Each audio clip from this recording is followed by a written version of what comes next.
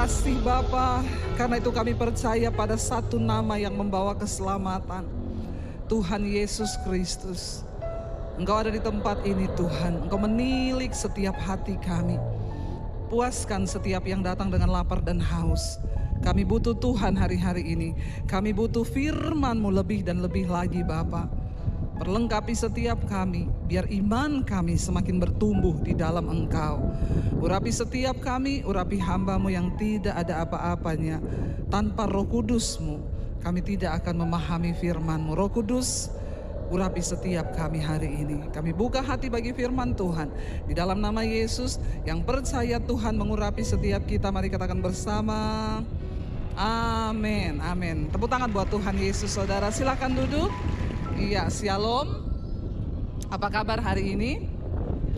Luar biasa, karena kita punya Tuhan yang luar biasa. Saudara, puji Tuhan, saya hari Jumat malam kemarin baru tiba dari Israel. Iya, dan luar biasa perjalanan yang begitu dahsyat dan yang ngeri-ngeri sedap. Karena ya saya itu terjebak dalam situasi, saudara. Jadi grup kami ini 70 orang, grup yang tertunda dari tahun lalu. Karena pada waktu itu ada perang antara Hamas dengan Israel. Jadi grup kami karena pesawat yang kita tumpangi itu tidak bisa masuk ke Tel Aviv. Tuhan itu ajaib, saudara. Yang sebelumnya saya tuh berangkat pakai pesawat Oman. Saudara tahu kesaksiannya, waktu mau berangkat pesawatnya rusak. Jadi 6 orang memilih untuk pulang, tidak jadi berangkat karena takut setelah pesawat diperbaiki semalam-malaman. Ya, kita berangkat diputuskan besoknya. Banyak yang nggak berani, katanya, pesawatnya sama. Nanti kalau rusak di udara, mati semua dong. Ya, nah ini iman itu kan perlu diuji toh. Orang Kristen banyak kalau ngomong beriman, amin. Mati adalah untung, amin. Giliran pesawat rusak berangkat takut. Waduh, kalau pesawatnya jatuh, saya bilang kan mati adalah untung toh. Ya tapi kalau gini ya namanya bagaimana ya Bu? Mundur 6 orang. Jadi saya bilang sama travelnya, kali ini cari pesawat yang aman. Pakai aja Emirates, nggak apa-apa harganya agak mahal, yang penting terjamin keamanannya. Lalu grup saya yang tahun lalu ini akhirnya dibentuklah pakai Emirates, saudara. Tiba-tiba perang Israel Hamas, kami tidak bisa berangkat karena Emirates itu embargo, dia tidak masuk Tel Aviv. Sementara tiket kami semua langsung ke Tel Aviv. Lalu di reschedule ya, karena sudah mulai aman, kemarin-kemarin sudah aman, kita dipindah karena embargo, terpaksa dialihkan, tetap pakai Emirates tapi masuknya lewat Jordan. Ya, masuk lewat aman. Sekalipun di aman, jangan merasa ya, di aman juga bisa tidak aman, saudara. Ya udah, saudara, saya pikir kita kan cari, manusia itu suka cari, ya saya cari aman pakai Emirates yang bagus. Tiba-tiba di reschedule, saudara. Sudah semangat mau berangkat, saya lihat pendeta-pendeta sudah pada berangkat. Aman, aman, aman Bu, aman, aman. 2 hari sebelum kami berangkat, keluar berita Iran menyerang Israel dengan 200 rudal. 2 hari sebelum berangkat. Ya, saya takut, saya tanya sama travelnya, gimana ini kita reschedule? Enggak Bu, karena pesawatnya masuk lewat. Makanya jangan suka cari, Tuhan bikin tidak. Hati-hati orang Kristen yang suka-suka cari aman ya. Jadi dia bilang kalau kemarin tiket kita mungkin ke Tel Aviv tetap masih aman, kita bisa reschedule lagi. Tapi karena sudah dirubah ya lewat Jordan, ini Emirates ke Jordan tidak ada reschedule Bu. Jadi kita harus tetap berangkat. Saya bilang sama suami, waduh baru habis diserang loh ini ya. Lalu berita datang, tenang Bu, Israel tidak akan menyerang balik. Puji Tuhan, saya berdoa, Tuhan berangkat enggak, berangkat enggak, berangkat enggak. Karena semua peserta menaruh imannya kepada saya. Ya, beberapa orang saya tanyai, mereka jawabnya gini, ya kita sih terserah Ibu Debbie. Enak ngomong begitu ya. Coba kalau saya putuskan tidak berangkat, tiketnya pada angus semua, hilang semua duitnya. Marah-marah nggak sama saya? Pasti ngomongnya tuh pendeta tidak beriman. Memang pendeta itu selalu jadi sasaran. Jadi saya tuh berdoa, saya bilang sama suami, aduh dalam nama Yesus semoga ada reschedule, semoga ini pesawat ini tidak berangkat. Karena kita lewat Dubai lalu terus ke Jordan, dirubah nggak langsung Tel Aviv.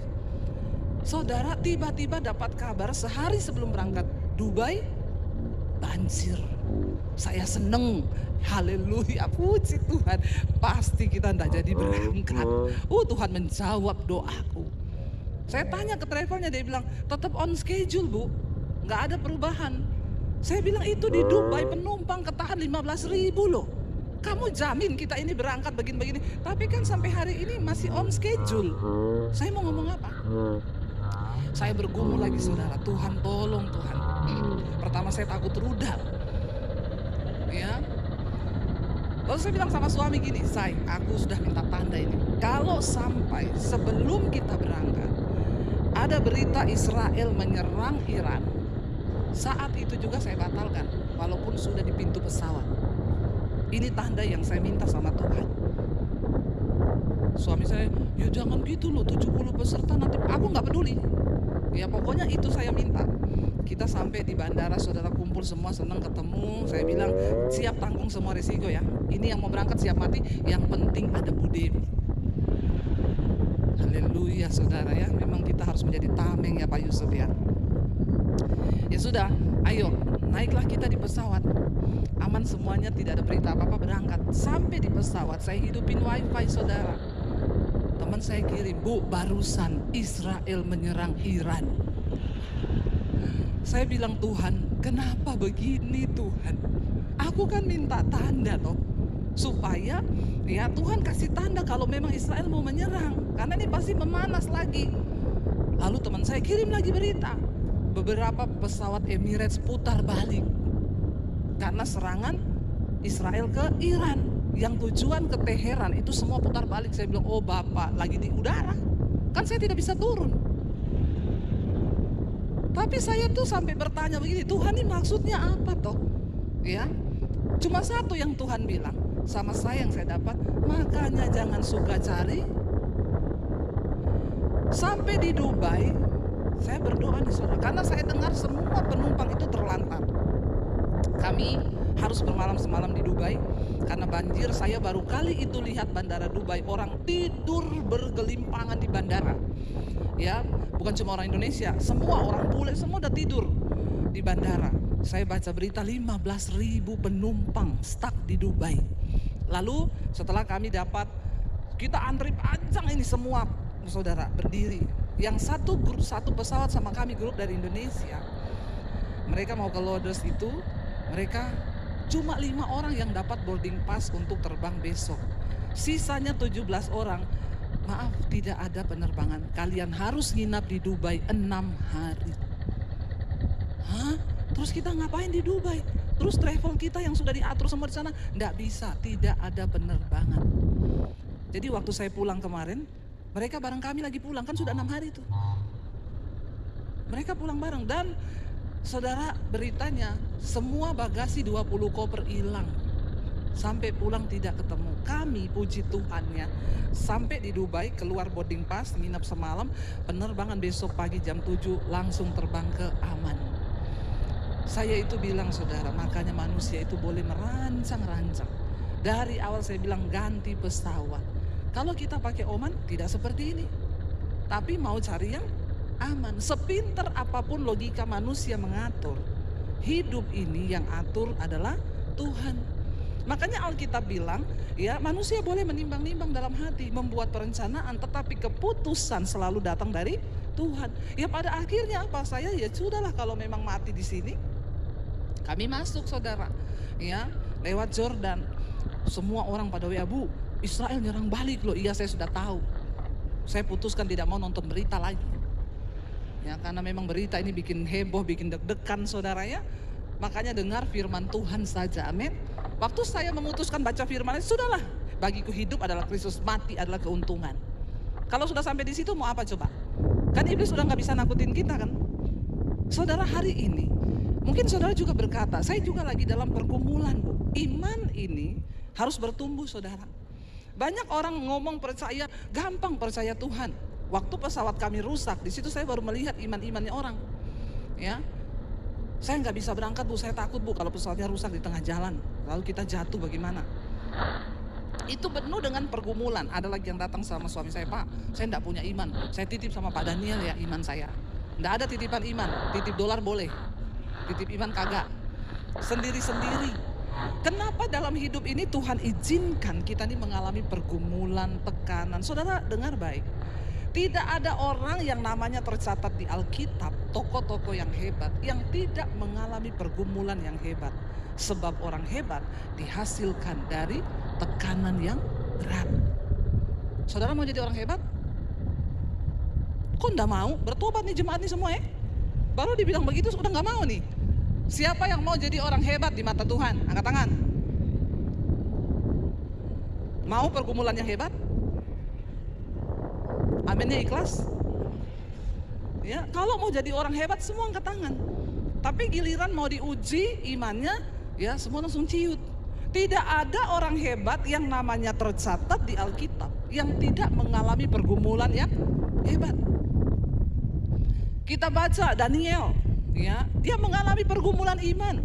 Ketika Raja Darius mengeluarkan sebuah peraturan, siapapun yang berdoa menyembah kepada Allahnya, bukan kepada raja, maka dia akan dihukum mati. Daniel dipertaruhkan imannya antara menyembah Tuhan atau menyembah raja. Tapi imannya teruji. Sehari dia berdoa berapa kali? Ya, 3 kali dia berdoa sehari. Dia semakin menguatkan imannya, saudara. Lalu ditangkaplah dia. Didapati satu kesalahan, kamu tidak menyembah raja, kamu berdoa kepada Allahmu. Dia bilang iya. Karena itu kamu akan dimasukkan ke dalam gua singa. Ya, Tuhan tidak meluputkan Daniel masuk ke gua singa. Dia tetap masuk. Ada pencobaan nggak? Ada. Kira-kira Daniel takut nggak ketika berhadapan dengan gua singa? Sebagai manusia biasa pasti takut. Tapi apa yang menyebabkan imannya tetap kuat? Dia percaya bahwa hidupnya adalah milik Tuhan. Matinya pun juga milik Tuhan. Kita harus sampai kepada sebuah tujuan iman yang dewasa, bahwa kita percaya hidup mati kita itu adalah milik Tuhan. Dia nggak takut, ya. Mati itu, saudara, bukan memisahkan kita dari Tuhan. Rasul Paulus berkata, tidak ada satu pun yang dapat pisahkan aku dari Tuhan. Apakah itu kelaparan, ketelanjangan, aniaya. Bahkan Rasul Paulus bilang, aku ingin cepat-cepat beralih dari tubuhku yang fana ini, supaya aku bisa menetap dan diam bersama dengan Tuhan. Mati itu enak. Amin.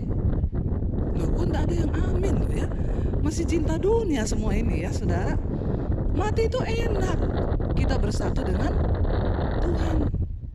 Kalau iman kita sudah sampai di titik itu, tidak ada lagi yang bisa menggelisahkan kita, saudara. Ya. Dan iman itu memang harus diuji.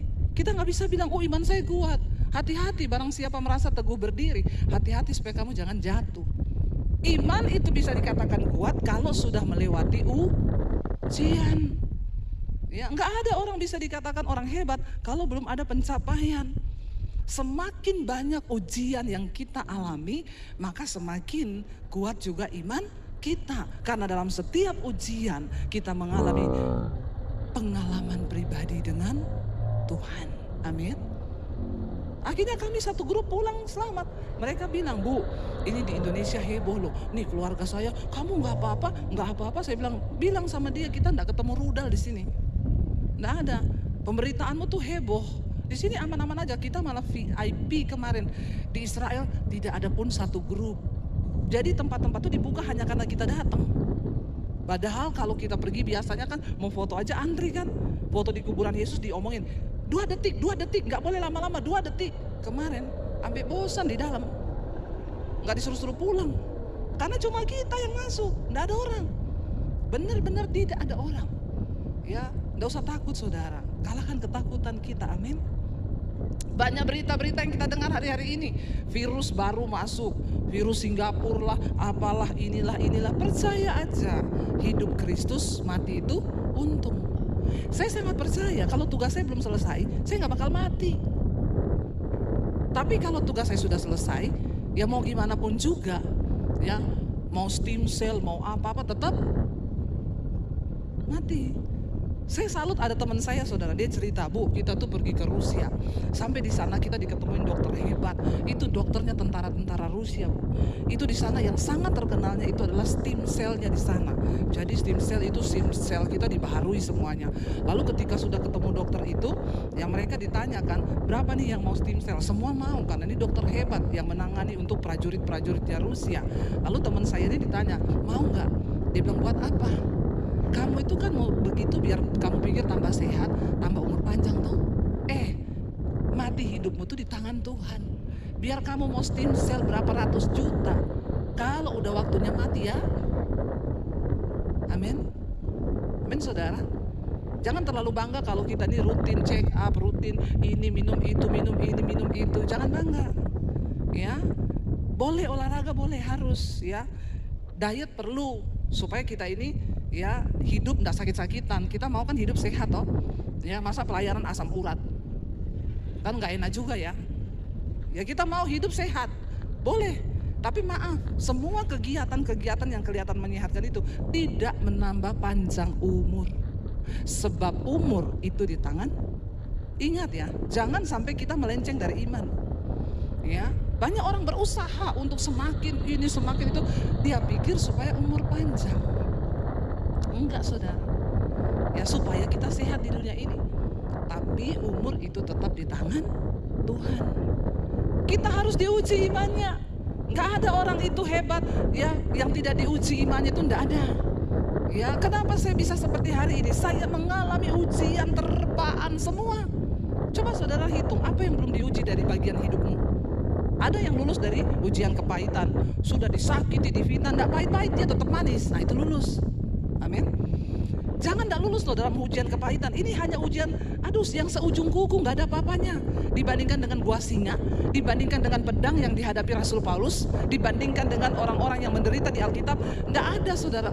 Ditulis begini, maka ya kepahitanlah Daud. Nggak ada. Jadi kepahitan itu sebenarnya nggak masuk hitungan. Tapi orang Kristen zaman now, ujian kepahitan aja tidak bisa lulus. Pahit sama mertua, pahit sama ya menantu, pahit sama ipar, pahit sama kakak, pahit sama tetangga, pahit sama sopir angkot. Bayangkan saudara, sopir angkot aja dipahit, ini orang sakit jiwa. Ya, kalau dalam ujian kepahitan aja kita nggak lulus, aduh, saya pastikan imanmu itu benar-benar nggak tumbuh, nggak mungkin tumbuh. Engkau cuma jadi Kristen yang tiap minggu ke gereja tapi pulang nggak mengalami apa-apa. Jangan tidak mengalami Tuhan loh saudara dalam hidup ini. Jangan imanmu nggak bertumbuh loh. Tuhan udah mau datang nih, tanda-tanda telah nyata nih. Ya, mari kita mulai cek iman kita. Iman saya ini tumbuh apa kagak? Ya, kalau dalam hal kepahitan aja kita nggak lulus, maaf ya, dalam hal yang lain-lain apalagi kita nggak bakal lulus. Coba saudara uji, saya lulus nggak dalam hal keuangan? Dalam hal keuangan pun akan diuji. Ya, bagaimana saudara beriman kepada Tuhan dalam hal khawatir, ya. Dalam hal apapun kita nih harus diuji. Nggak mungkin tidak diuji, saudara. Coba kita baca bersama. Kenapa sih kita ini diuji, saudara? Ya, mari buka bersama 1 Petrus pasal yang keempat. 1 Petrus pasal 4 ayat 12 sampai ayat yang ke-19. Mari kita baca bersama. Nanti sore saya akan sampaikan apa hubungannya ujian iman dengan akhir zaman. Saudara datang kembali. Kalau saudara ada waktu, tapi harusnya ada ya. Jangan sia-siakan saudara ya. 1 Petrus 4 ayat 12 berkata, kita baca, saya baca ayat 12 saudara selanjutnya. Saudara-saudara yang kekasih, dikatakan di sana, janganlah kamu heran akan nyala api siksaan yang datang kepadamu sebagai ujian, seolah-olah ada sesuatu yang luar biasa terjadi atas kamu. Baca, sebaliknya bersukacitalah sesuai dengan bagian yang kamu dapat dalam penderitaan Kristus, supaya kamu juga boleh bergembira dan bersukacita pada waktu Ia menyatakan kemuliaannya. Berbahagialah kamu jika kamu dinista karena nama Kristus, sebab roh kemuliaan yaitu roh Allah ada padamu. Berikutnya, janganlah ada di antara kamu yang harus menderita sebagai pembunuh atau pencuri atau penjahat atau pengacau. Tetapi jika ia menderita sebagai orang Kristen, maka janganlah ia malu, melainkan hendaklah ia memuliakan Allah dalam nama Kristus itu. Lanjut, karena sekarang telah tiba saatnya penghakiman dimulai, dan pada rumah Allah sendiri yang harus pertama-tama dihakimi. Dan jika penghakiman itu dimulai pada kita, bagaimanakah kesudahannya dengan mereka yang tidak percaya pada janji Allah? Dan jika orang benar hampir-hampir tidak diselamatkan, apakah yang akan terjadi dengan orang fasik dan orang berdosa? Karena itu, baiklah juga mereka yang harus menderita karena kehendak Allah, menyerahkan jiwanya dengan selalu berbuat baik kepada Pencipta yang setia. Saudara, banyak orang datang dan berkata, "Bu, saya mengalami pergumulan yang begitu hebat." Saudara-saudara yang kekasih, janganlah kamu heran akan nyala api siksaan yang datang kepadamu sebagai ujian, seolah-olah ada sesuatu yang luar biasa terjadi atas kamu. Siapa di sini yang mengalami pergumulan yang rasanya luar biasa? Ada yang boleh angkat tangan? Kalau nggak ada, saya doakan supaya luar biasa Tuhan. Ya, memang saudara, semua diuji kata Alkitab. Bukan cuma kamu, tapi seluruh umat yang ada di bawah langit ini mengalami ujian yang sama. Seolah-olah ada sesuatu yang luar biasa terjadi atas kamu. Sebaliknya dikatakan, bersukacitalah sesuai dengan bagian yang kamu dapat dalam penderitaan Kristus, supaya kamu juga boleh bergembira dan bersukacita pada waktu Ia menyatakan kemuliaannya. Kita semua harus mengambil bagian di dalam penderitaan Kristus. Ya, wajib semua harus mengambil bagian. Itu baru kita bisa dikatakan menjadi serupa dengan Kristus. Orang Kristen sekarang enggak. Aku mau menjadi serupa dengan Kristus dalam kemuliaannya. Jangan lupa, yang paling identik dengan hidup Kristus di dunia ini adalah menderita. Kami kemarin berkunjung ke rumah Imam Kayafas di mana Yesus ditahan di sana. Kalau lihat saudara, itu rumah di bawah itu ada satu penjara di dalam gua batu begitu. Orang yang diturunin ke dalam penjara itu tidak dimasukin dengan enak, diturunin pakai tali, ada lubang kecil di loteng. Dan orang yang dihukum itu tangannya diikat, badannya diikat, dia diturunin dari lubang kecil yang ukurannya hanya seukur badan. Dia diturunin pakai tali di situ, saudara. Lalu kalau mau disiksa, dia diangkat lagi dari bawah itu, diikat pakai tali, lalu dia diangkat lagi ke atas. Ya, saya itu di situ menangis membayangkan bagaimana penderitaan Kristus loh waktu itu. Secara badani hancur semuanya saudara. Kita harus melihat penderitaan Kristus. Ketika kita menderita, ayo lihat kepada Kristus. Saya ketemu satu orang, dia mengalami cancer. Dia bilang setiap hari dia kesakitan saudara. Tapi ketika dia mengalami kesakitan, dia membayangkan bagaimana Kristus waktu dicambuk, dagingnya tercabik. Dia nangis di kaki Tuhan dan dia bilang, "Tuhan, apa yang aku alami ini tidak ada apa-apanya dibandingkan dengan penderitaan-Mu." Dan ternyata itu membuat dia bisa kuat bertahan di dalam pencobaan. Saya baca berita satu wanita muda umur 28 tahun kalau nggak salah di Belanda. Ini minta disuntik mati. Karena dia mengalami tekanan jiwa yang begitu berat. Kita berdoa supaya dia mengalami kasih karunia Tuhan sebelum dia tanggal 3 Mei kalau nggak salah dia akan disuntik mati. Ya, banyak kasus bunuh diri, orang-orang nggak tahan. Satu keluarga di Jakarta yang lompat dari apartemen, anaknya diikat pakai tali, didorong saudara, anak umur belasan tahun. Dua didorong, setelah itu suami istri dua-dua loncat dari apartemen, mati berempat. Cuma gara-gara punya hutang. Lihat saudara, dunia yang kita lihat hari ini seperti ini. Kenapa orang tidak tahan mengalami pencobaan dan ujian? Ya, mereka ini sekarang memilih untuk mati dan tidak mau mengalami perjuangan iman. Saudara, ini terjadi kalau kita ini cuma jadi manusia yang juga tidak percaya dan tidak sungguh-sungguh untuk ikut Tuhan. Maka ya kita akan mengalami sama saudara. Tapi iman itu harus bertumbuh.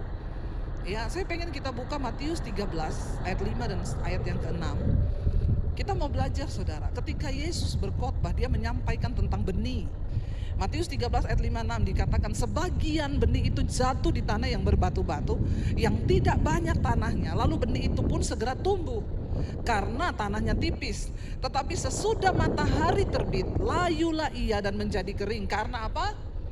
Tidak berakar. Jadi benih firman Tuhan itu harusnya memberi kekuatan dan bertumbuh dalam hidup kita. Lalu dikatakan benih itu ditabur ya, dan dia jatuh di tanah. Alkitab bilang pertama benih itu tumbuh. Waktu kita mendengar benih firman Tuhan masuk dalam hati kita nih saudara, bertumbuh benih itu. Tapi dikatakan tetapi setelah matahari terbit. Panas kan? Kira-kira di sini yang salah siapa? Mataharinya atau apanya saudara? Bukan matahari yang membuat dia mati, karena matahari sangat berfungsi dan baik bagi pertumbuhan. Tanaman yang tidak kena matahari itu nggak berbunga saudara. Ya, tanaman yang tidak kena matahari itu tidak bisa subur, karena proses memasak makanan itu fotosintesis terjadi di daun. Tumbuhan itu bisa menghasilkan makanan kalau ada matahari. Terjadi proses fotosintesis di daun, lalu dari daun dialirkan semua makanan itu ke batang dan akar. Matahari adalah sesuatu yang dibutuhkan untuk pertumbuhan. Panas memang. Di dalam hidup ini kita membutuhkan pencobaan, tekanan, masalah untuk membuat iman kita tumbuh. Tapi yang salah di mana? Ternyata dikatakan tetapi sesudah matahari terbit, layulah ia dan menjadi kering karena tidak berakar. Persoalannya bukan di matahari yang panas. Dalam hidup ini masalah boleh datang silih berganti, tekanan boleh datang silih berganti, itu diibaratkan matahari yang menyengat panas. Tapi kalau akar kita, iman kita bertumbuh dalam firman Tuhan, maka harusnya itu tidak membuat iman kita mati. Karena matahari itu sangat dibutuhkan untuk pertumbuhan. Seperti halnya tekanan. Kenapa saya menjadi kuat iman saya saudara? Pertama saya terima Yesus, langsung saya diperhadapkan dengan persoalan yang begitu berat antara mati dan hidup. Tapi saya bilang, kalau kamu pilih Yesus, saya bunuh kamu. Tidak main-main loh tantangannya. Setiap hari saya cuma menangis sama Tuhan. Ya, tidak ada pendeta yang menguatkan saya waktu itu. Hanya Roh Kudus yang benar-benar menjadi penolong. Saya nangis di kamar, saya berlutut di kamar. Ya, makanya saya bilang orang kalau pergi ke Israel kemarin pada tanya sama saya, ya Bu kalau berdoa itu di mana yang paling rasa hadirat Tuhan? Di kamar hotel, bukan di tembok ratapan? Bukan, tidak usah kau pergi berdoa di tembok ratapan itu. Kenapa kau berdoa seperti orang Yahudi? Ya, tembok ratapan itu tembok yang dibangun oleh Yahudi. Kenapa dijadikan tembok ratapan untuk mereka berdoa? Karena tempat itu dianggap tempat yang paling dekat dengan ruang Maha Kudus dari Bait Allah yang pernah ada. Ya, saya bilang orang Yahudi berdoa di sana karena mereka menolak Yesus sebagai Mesias. Sampai hari ini mereka menangis di tembok ratapan karena mereka meminta Mesias segera datang ke Israel.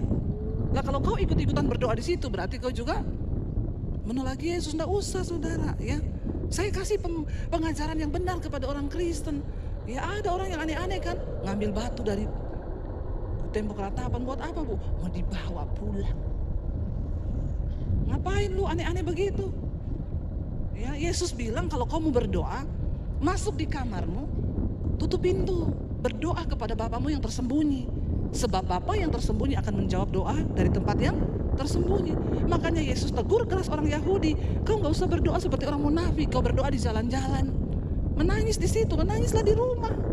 Amin. Yesus berkata kepada perempuan Samaria, nenek moyangmu berdoa di gunung mencari Allah, kami berdoa di Yerusalem. Tapi akan datang waktunya, Yesus bilang, orang tidak akan lagi berdoa di Yerusalem dan tidak akan lagi berdoa di gunung untuk mencari Allah. Karena Bapa mencari penyembah yang benar, yang menyembah Bapa dalam roh dan kebenaran. Sebab kita ini adalah bait Allah yang hidup. Di mana bait Allah itu sekarang? Kenapa itu saudara sekarang Dome of the Rock itu menjadi perebutan antara dunia, itu menjadi perebutan tiga agama. Ya, karena disitulah bait Allah pertama didirikan oleh Salomo, dan Dome of the Rock itu adalah Bukit Moria, di mana di situ Abraham pertama kali mempersembahkan korban. Itu menjadi penting bagi agama Yahudi, Kristen, dan Muslim. Karena orang Muslim percaya dari situlah Muhammad naik ke sorga. Orang Yahudi menganggap itu adalah bait pertama kali yang dibangun di situ untuk mereka mencari Allah. Ya, tetapi Yesus bilang, aku akan datang, aku akan merobohkan bait Allah itu, dan aku akan membangunnya kembali dalam waktu 3 hari. Itulah alasan kenapa Yesus disalibkan. Dia dianggap menghujat Allah karena dia mau merobohkan tempat yang sakral bagi orang Yahudi. Mereka tidak mengerti maksud dari pernyataan Yesus. Makanya ketika Yesus disalib, Alkitab berkata, tabir bait Allah itu terbelah menjadi 2. Tidak ada lagi pemisah antara kita dengan Tuhan. Kita nggak perlu lagi lewat imam untuk datang kepada Tuhan. Makanya saya bilang, jangan titip-titip doa. Nggak usah titip doa sama pendeta. Nggak usah cari-cari Pak Yusuf, Pak tolong dong berdoa buat ini. Nggak usah. Jangan cari-cari saya, Bu, tolong dong doakan ini. Saya tidak akan berdoa buat saudara, percayalah. Nggak ada, saya tidak akan berdoa. Ya, saudara punya hak istimewa untuk datang sendiri kepada Tuhan. Sebab hubunganmu dengan Tuhan tidak bisa diwakili oleh siapapun. Amin. Apalagi suruh-suruh, Bu, suamiku Bu doakan, pret.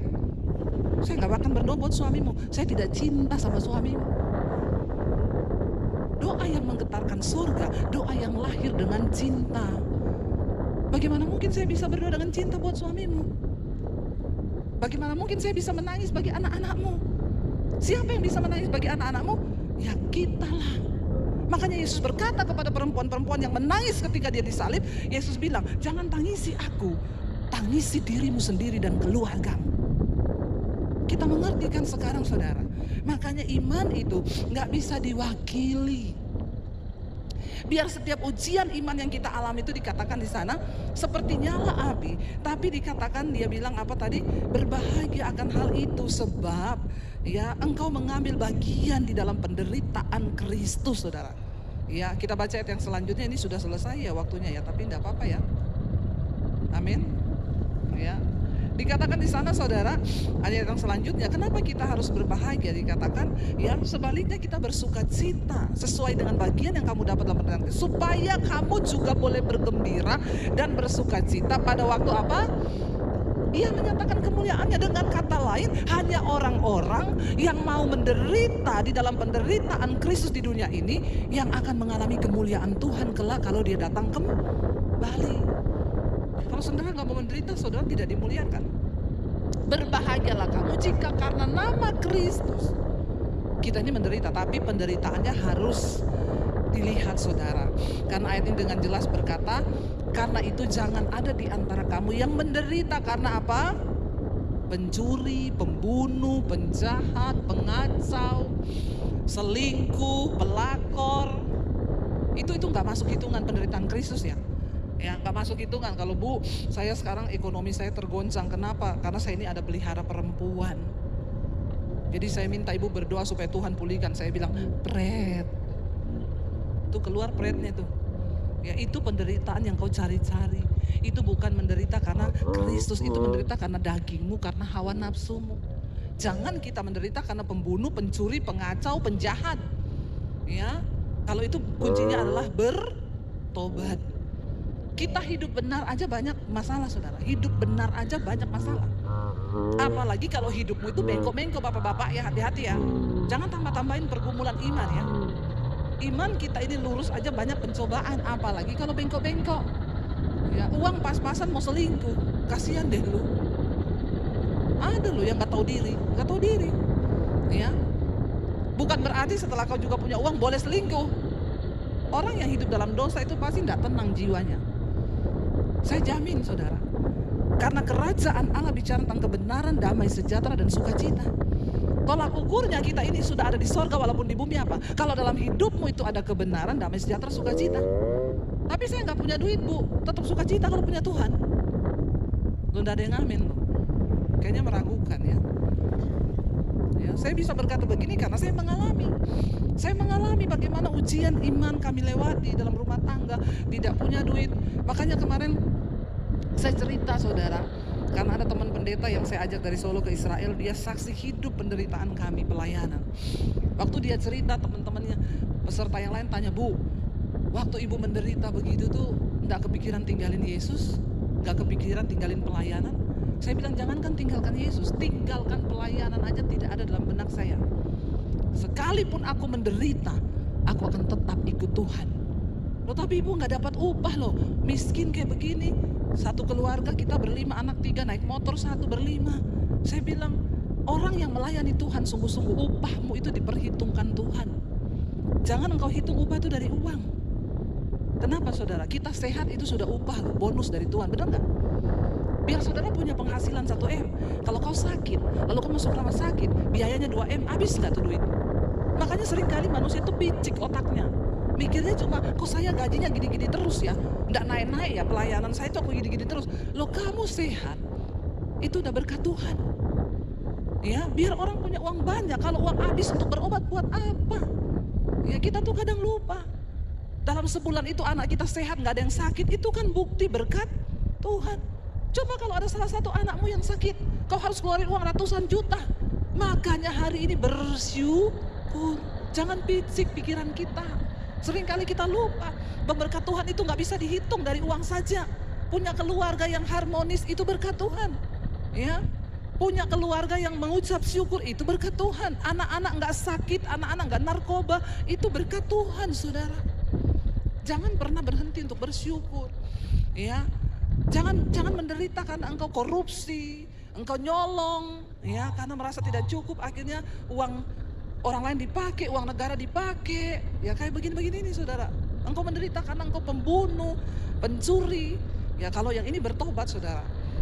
Kenapa kita harus menderita saudara? Karena sekarang dikatakan penghakiman sudah dimulai. Dan pada anak-anak Tuhan sendiri yang harus pertama-tama dihakimi. Bayangkan saudara, kalau penghakiman itu dimulai pada kita dan kita merasa begitu berat, dan kalau orang benar kata firman ini hampir tidak diselamatkan, bagaimanakah kesudahannya dengan mereka yang tidak percaya dan tidak sungguh-sungguh di dalam iman? Kenapa kita harus mengalami ujian iman? Karena sekarang penghakiman sedang dimulai. Kalau dengar berita-berita hari-hari ini saudara, kita berdoa supaya ini tidak memicu perang dunia. Karena sekutu-sekutu ini sudah berada di barisannya masing-masing. Saya kemarin hanya takut itu, kalau Israel itu balas serang Iran, di belakang Iran sudah ada Rusia ini yang sudah mengirim juga rudal-rudalnya. Saudara, kalau sampai perang nuklir terjadi, saudara sudah melihat perumpamaan itu yang dibuat orang. Kalau semua nuklir keluar, maka dunia ini akan gelap. Karena matahari tertutup oleh serpihan-serpihan dari nuklir itu. Zat kimia yang berbahaya. Ketika nuklir meledak saudara, ya maka lapisan ozon itu bocor. Apa yang akan terjadi dengan dunia? Kita sekarang dengar berita-berita, saya dengar badai matahari yang akan menimpa bumi. Ya, beberapa ahli memperkirakan itu akhir tahun ini, tapi NASA bilang itu tahun depan. Kalau badai matahari itu benar-benar terjadi, dia melepaskan molekul yang setara dengan berapa ribu kekuatan nuklir yang akan meledak pertama semua satelit di luar angkasa. Kalau satelit di luar angkasa meledak, data perbankan hilang. Saldomu itu ndak ada lagi di situ. Yang nggak punya duit bilang begini, aman. Karena saldo saya selalu minta maaf, Bu. Maaf, saldo Anda kurang, tidak mencukupi. Jangan seneng kau. Waktu satelit semua meledak, maka HP-mu itu buango. Internet enggak ada. Bisa manusia hidup tanpa internet? Berarti juga listrik padam. Semuanya sistem mati di dunia ini. Lalu pabrik semua mati, dan itu adalah kehidupan berhenti. Saya itu mencoba membayangkan, kalau saya baca di surat Petrus dikatakan bahwa bumi ini akan hancur dalam nyala api yang begitu hebat dan unsur-unsur dunia akan lenyap dalam nyalanya. Saya pikir mungkin yang akan jadi neraka itu matahari yang meledak. Kalau kita lihat, saudara yang pernah lihat, matahari itu kan gede banget kan. Bumi itu kan cuma secuil toh. Bumi ini berputar mengelilingi matahari kan. Saya lihat kalau matahari itu meledak saudara, memang benar. Makanya percuma. Beberapa ahli kemarin kan berkata, mereka melihat di Mars itu ada kehidupan. Makanya dibuka pendaftaran kan, di bawah umur 40 tahun yang mau pindah ke Mars. Ya boleh mendaftar, tapi cuma disediakan tiket pergi. Iya benar-benar ini tidak bisa pulang. Mereka akan mencoba mengirim orang ke sana karena dikatakan bumi ini akan segera lenyap. Mereka mau mencari satu kehidupan di sana. Ya, mereka mau mencoba di sana ada kehidupan apa bisa enggak orang hidup. Karena mereka bilang kalau bumi ini lenyap kan lumayan di Mars ada kehidupan. Saudara yang mau silakan mendaftar. Mumpung Agung Podomoro belum buka di sana. Masih murah kapling tanah, ambil sendiri, ukur sendiri.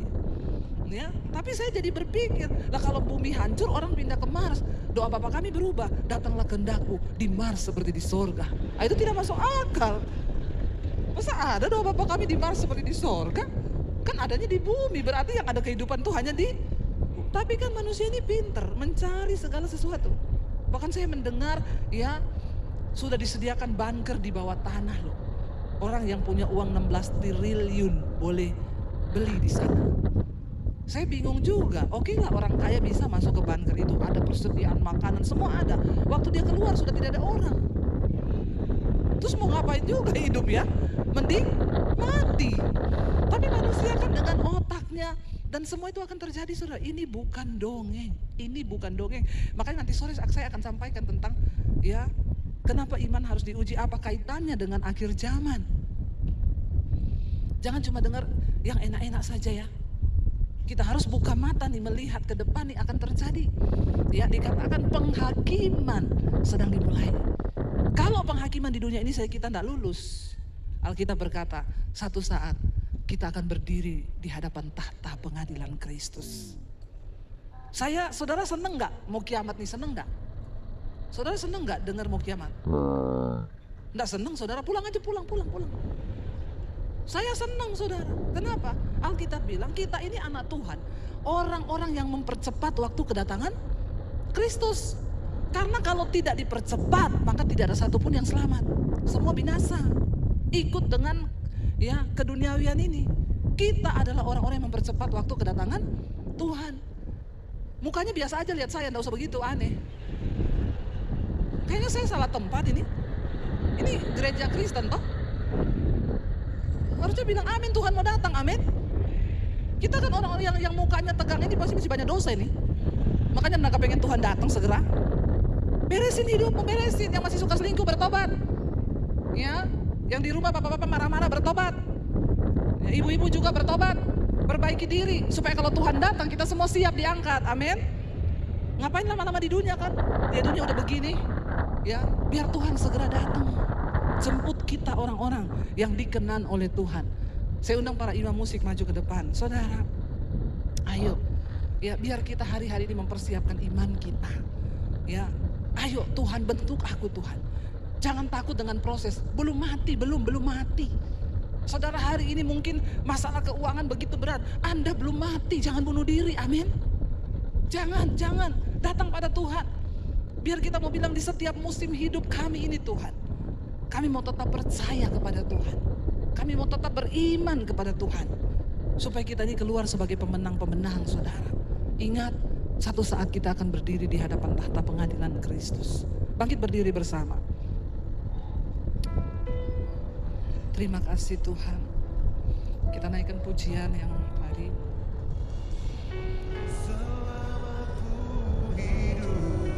Angkat tanganmu pada Tuhan saudara. Apapun musimku